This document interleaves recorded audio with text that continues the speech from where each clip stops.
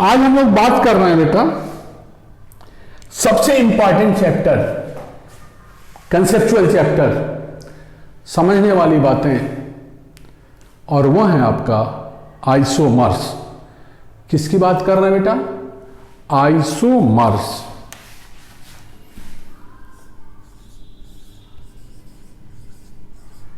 Isomerase कोई वो नहीं है, इस प्रक्रिया को, आइसोमर्स बनाने को, इस प्रोसेस को कहते हैं द फिनोमिना, जिसमें हम आइसोमर्स को पढ़ते हैं, इस फिनोमिना को कहते हैं isomerase.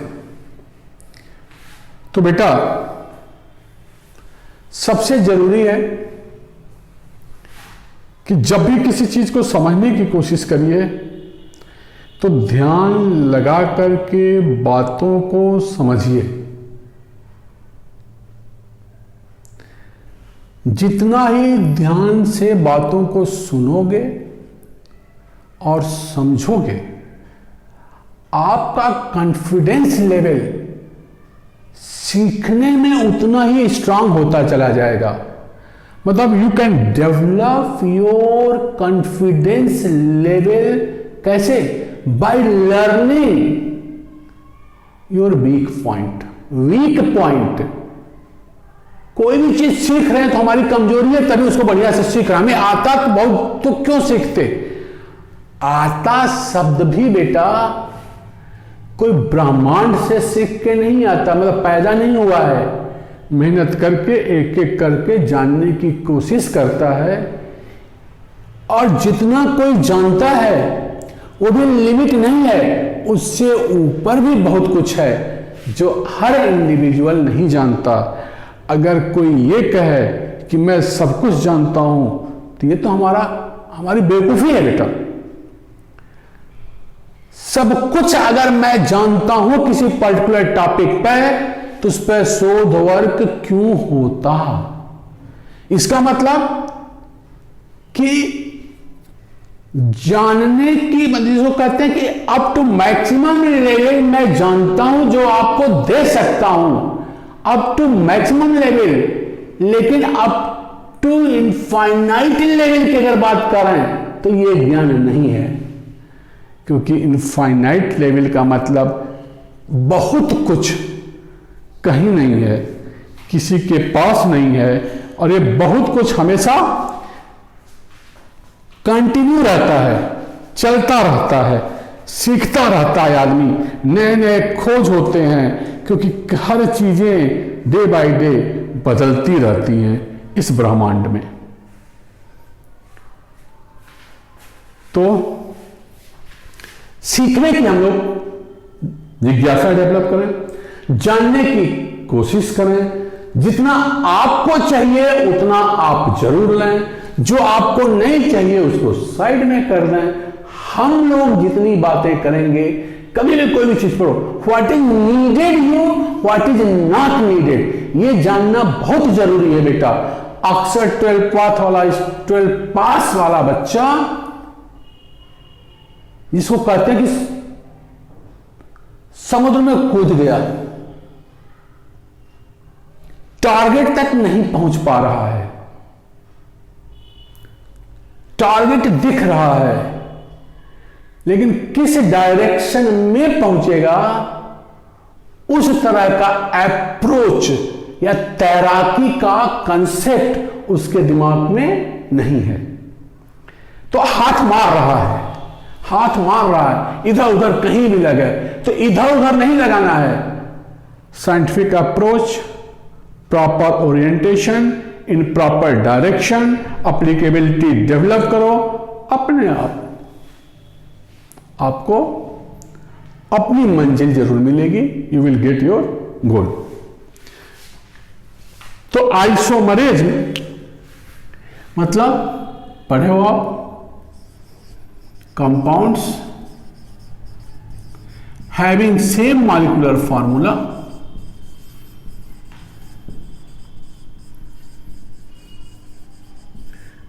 but different structural formula।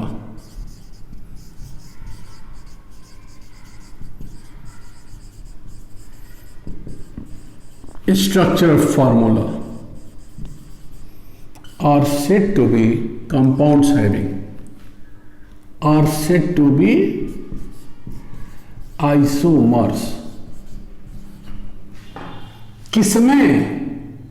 Same molecular formula but different structural formula, इन्हीं को हम कहते हैं isomers and this phenomenon is isomerism. जैसे मान लो हम एल्केन की बात कर रहे हैं, देखो C4H10 की बात हमने किया, ठीक है, मॉलिक्यूलर फॉर्मूला C4H10 है। हम कहते हैं कि C4H10 के दो स्ट्रक्चर हैं, एक नॉर्मल ब्यूटेन और दूसरा आइसोब्यूटेन।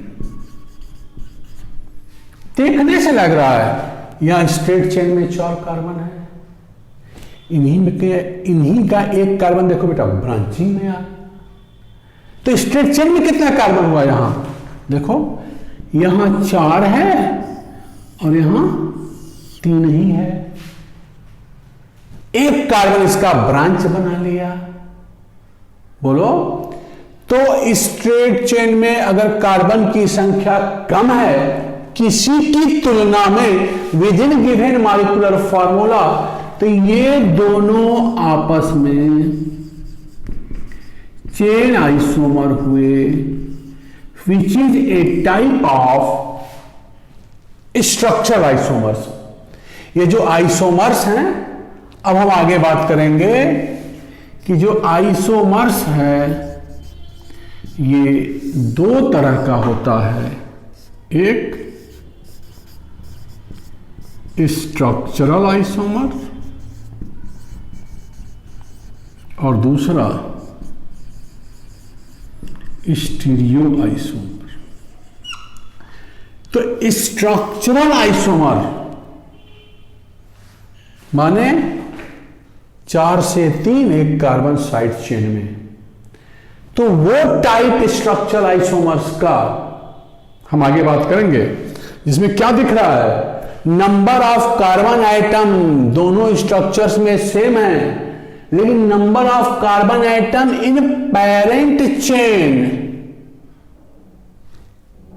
दूसरे का पहले से कम।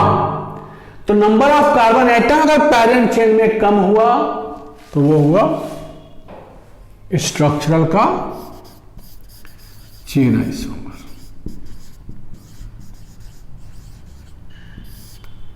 अब देखो, स्ट्रक्चरल आइसोमर का मतलब होता है बेटा, इस स्ट्रक्चरल आइसोमर की अगर हम बात करें, स्टीरियो चलो बाद में मैं इसका नाम लेते हैं, अभी तो यही चले, तो इसका मतलब होता है अरेंजमेंट ऑफ एटम्स या groups with in molecule, molecule के अंदर एटम या ग्रुप का अरेंजमेंट। चलो, इस एक ग्रुप एल्काइल ग्रुप ले रहे हैं, मिथाइल को उठाया, इस कार्बन पर रख दिया, इस मिथाइल को उठा करके इस सेकेंडरी कार्बन पर रख दिया, तो जब इस पर रखेंगे तो इसकी 2 वैलेंसी है, देखो 2 हाइड्रोजन पहले से ही है, मतलब ऑलरेडी 4 वैलेंसी है, 5वां ले जाएंगे तो 5 वैलेंसी होगा, तो इसमें से एक हाइड्रोजन हटा करके यहां रख देंगे, क्योंकि इसकी एक वैलेंसी कम हो रही है और इसकी एक वैलेंसी बढ़ रही है, हमको तो 4 ही चाहिए ना। जब ये पूरा बॉन्ड हट जा रहा है तो इसकी वैलेंसी क्या हो गई, 3। जब ये पूरा मिथाइल इस पर लग जा रहा है तो इसकी वैलेंसी क्या दिखेगी, 5। देखो CH3 CH2 CH3 CH2 ऐसा दिखा, यहां बैलेंसी 3 हो गई, यहां 5 हो गई, करना हमको 4, अब क्या ले जा सकते हैं, मिथाइल तो वापस ले नहीं जाएंगे, बचा क्या है एच, एक हाइड्रोजन हम यहां कर दें तो ये बन गया, चेन बन गया। तो लॉन्गेस्ट चेन में इसी एल्काइल को ही तो अरेंज किया, और हाइड्रोजन के arrangement of atoms with in molecule या ग्रुप, मिथाइल ग्रुप को यहां ले आए और हाइड्रोजन को यहां रख दिया, ये बन गया। बोलो, तो ये हुआ चेन। अब इसी C4H10 को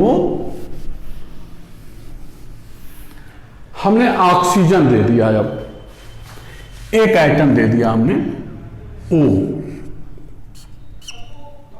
अब ध्यान दो,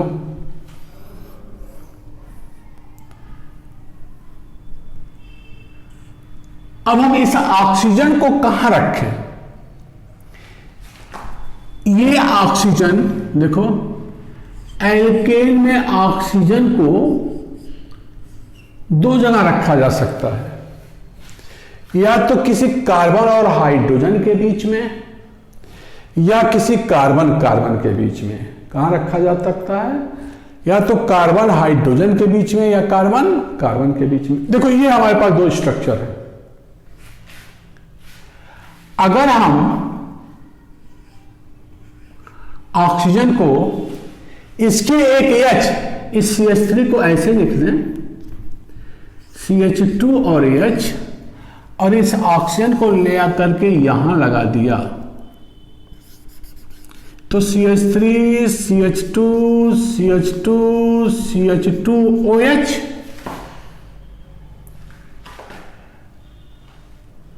और यहां लगा दिया इस वाले पे, तो ये भी हो गया CH2OH। तो ये दोनों आपस में क्या हो गए, जो अभी इसको ऐसे रहने दो, अच्छा ऐसे लगा दिया, CH3 CH CH3 CH2OH। Primary carbon और हाइड्रोजन के बीच में जब ऑक्सीजन लगाया तो ये और ये स्ट्रक्चर बने, ये दोनों आपस में क्या है, अल्कोहल है। बोलो, मॉलिक्यूलर फार्मूला सेम है, स्ट्रक्चर अलग अलग है। IUPAC नेमिंग पढ़े हो, इसमें 4 कार्बन है पेरेंट चेन में अल्कोहल में, इसमें 3 कार्बन है पेरेंट चेन अल्कोहल में, लेकिन मॉलिक्यूलर फार्मूला सेम है। तो ये दोनों आपस में कौन से आइसोमर्स हो गए, चेन आइसोमर। कौन से आइसोमर हो गए, चेन आइसोमर। अब ये जो ऑक्सीजन है, हम कार्बन हाइड्रोजन के बजाय कार्बन कार्बन के बीच में लगा दें। कहां लगा दें, कार्बन कार्बन के बीच में। तो देखो, तो ये एक स्ट्रक्चर अल्कोहल ये बना, दूसरा अल्कोहल ये बना। अब हम कार्बन कार्बन के बीच में लगाएं तो CH3 CH2 CH2 OCH3। इस ऑक्सीजन को कहां लगाए हम,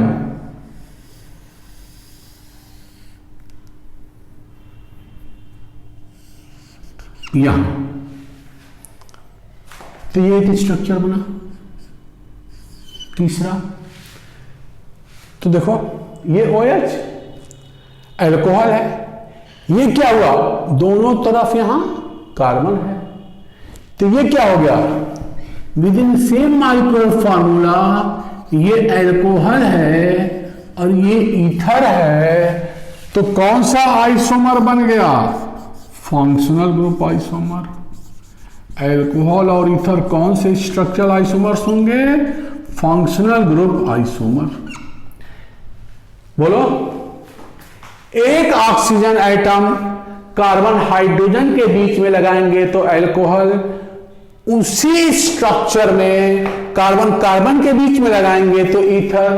तो ये दोनों आपस में क्या हो गए, फंक्शनल ग्रुप आइसोमर। तो कर क्या रहे हैं, arrangement of atoms with in the molecule. कहां ऑक्सीजन को लगाया, कार्बन कार्बन के बीच में या कार्बन हाइड्रोजन के बीच में। तो ये दोनों स्ट्रक्चर आपस में क्या हो गए, फंक्शनल आइसोमर हो गए। बोलो, अब देखो, ये जो ऑक्सीजन है इसी एल्कोहल में, इसमें या इस एल्केन या इस एल्केन की बात किसी भी करें, अगर हम प्राइमरी कार्बन और हाइड्रोजन के बीच में लगाए तो ये एल्कोहल। चलो इसको हटा देते हैं अभी यहां से। अब सेकेंडरी कार्बन और हाइड्रोजन के बीच में लगाना, ये 2 डिग्री है। सेकेंडरी कार्बन और हाइड्रोजन के बीच, इसके हाइड्रोजन के बीच में लगाना है। एक यहां हमने बनाया था स्ट्रक्चर, जो यहां से बना था CH3 CH CH3 CH2OH।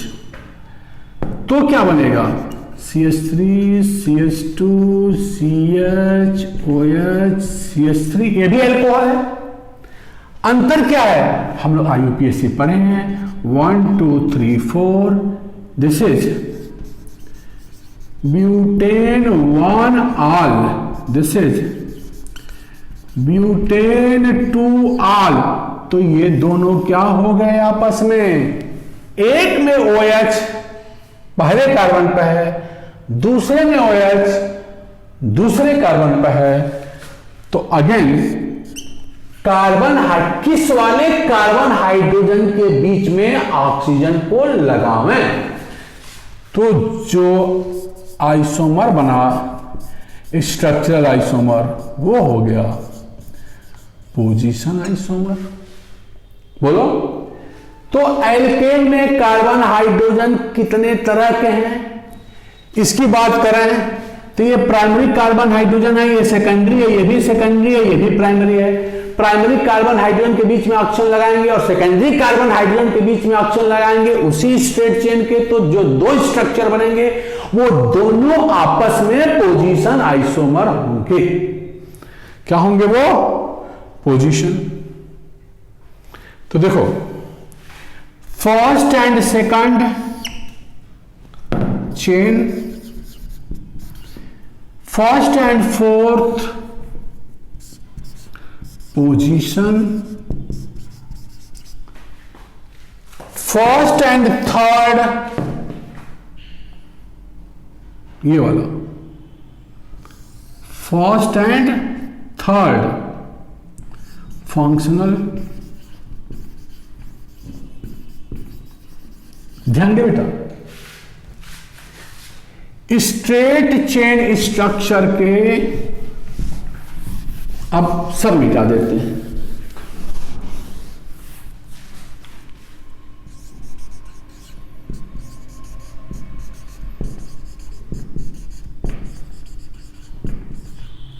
अब ध्यान दो बेटा,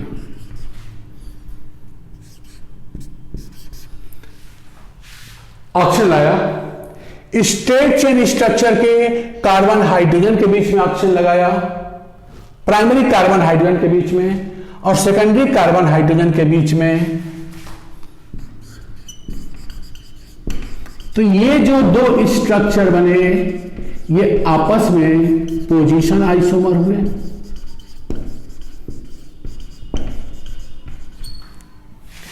स्ट्रेट चेन के कार्बन कार्बन के बीच में ऑक्सीजन यहां लगावें या यहां लगावें तो 2 स्ट्रक्चर बनेगा। एक प्राइमरी और सेकेंडरी कार्बन के बीच में ऑक्सीजन, यही ये भी होगा, बताया था आपको type of CC bond, primary carbon और सेकेंडरी कार्बन। दूसरा सेकेंडरी और सेकेंडरी कार्बन, ये कार्बन क्या है? 1 डिग्री 2 डिग्री 2 डिग्री और ये 1 डिग्री, ये ऑक्सीजन एटम है। तो अगर हम 1 डिग्री और 2 डिग्री के बीच में ऑक्सीजन लगाएं तो जो ईथर बना वो ये हुआ। अगर 2 डिग्री और 2 डिग्री कार्बन के बीच में ऑक्सीजन लगाना है तो जो ईथर बना ये हुआ। तो ये दोनों ईथर आपस में मेटामर्स कहे जाएंगे। तो अगला आइसोमर है यहां चौथा, मेटामर्स। तो स्ट्रेट चेन से कार्बन की संख्या कम किया लॉन्गेस्ट चेन में और कार्बन को साइड चेन में लगा दिया तो चेन आइसोमर। कोई फंक्शनल कोई एटम लाया कार्बन कार्बन के बीच में, फॉर एग्जांपल हम ऑक्सीजन लगाए तो एल्केन में कार्बन हाइड्रोजन बॉन्ड है और कार्बन कार्बन बॉन्ड है। कार्बन हाइड्रोजन बॉन्ड जितने तरह के हैं सबके बीच में अगर हम ऑक्सीजन लगाएंगे तो जो स्ट्रक्चर्स मिलते जाएंगे वो पोजीशन आइसोमर। कार्बन कार्बन के बीच में जितने तरह के कार्बन कार्बन बॉन्ड है ऑक्सीजन लगाएंगे तो जो स्ट्रक्चर मिलेंगे वो मेटामर्स। बोलो। और ऑक्सीजन कार्बन हाइड्रोजन के बीच में और कार्बन कार्बन के बीच में जो ऑक्सीजन का स्ट्रक्चर मिलेगा वो क्या हो जाएगा? अल्कोहल और ईथर, फंक्शन ग्रुप आइसोमर्स।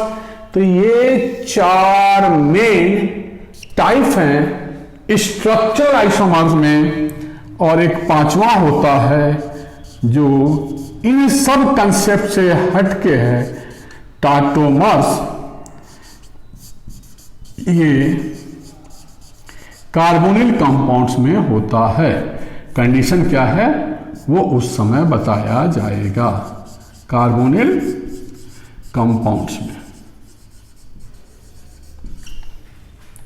तो ये है स्ट्रक्चरल आइसोमर्स की बात। ओह, अब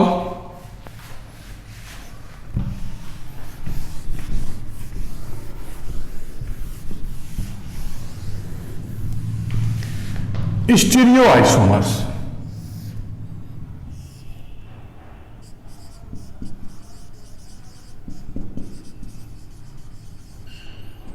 स्टीरियो का मतलब होता है बेटा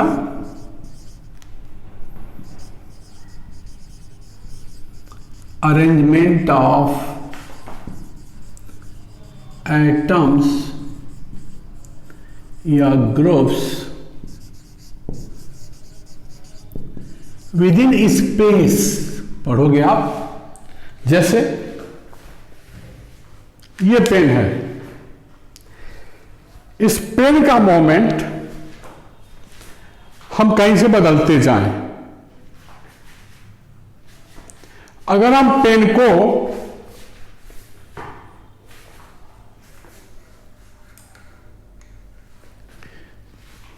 देखो बेटा, ये स्ट्रक्चर है, कार्बन कार्बन यहां लगाऊं, यहां लगाऊं, यहां लगाऊं। मान लो कोई एटम है तो सब अलग अलग स्ट्रक्चर्स वाले मिल गए, बोलो।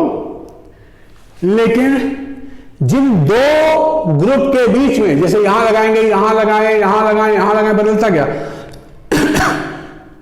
लेकिन अगर जहां हम इसको एक जगह पर लगाए यही रहेगा, बदल नहीं रहे। इसका ओरिएंटेशन स्पेस में बदल रहे हैं, कभी इधर है, कभी ऊपर है, कभी दाएं है, कभी नीचे है, कभी बाएं है।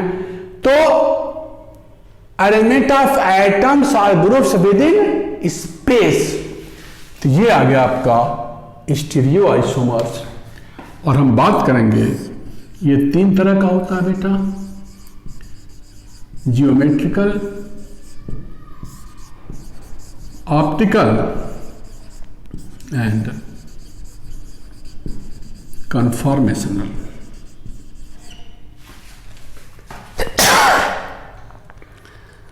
तो 3 तरह के ये होते हैं। इस तरह से हम लोग आइसोमर्स की बात करेंगे एक एक करके। नेक्स्ट वीडियो से हम लोग शुरू करेंगे स्ट्रक्चरल आइसोमर्स के, ये 5। ये खत्म हो जाएगा तो स्टीरियो आइसोमर्स में एक एक करके इनको करेंगे। तो मन लगा के पढ़ो बेटा। और मैं फिर वही कह रहा हूं बेटा, वीडियो को इंटरेस्ट डेवलप करो, मजा आएगा बेटा पढ़ने में। क्या देखना है? कंसंट्रेशन में मन लगा के सुनिए कि मैं क्या बोल रहा हूं। और अगले क्लास से हम लोग अब शुरू करेंगे स्ट्रक्चरल आइसोमर्स का पहला पार्ट, चेन आइसोमर से बातों को शुरू करेंगे। तो वीडियो को लाइक करिए, शेयर करिए और चैनल को सब्सक्राइब करिए। थैंक यू बेटा, अपना ध्यान दीजिए।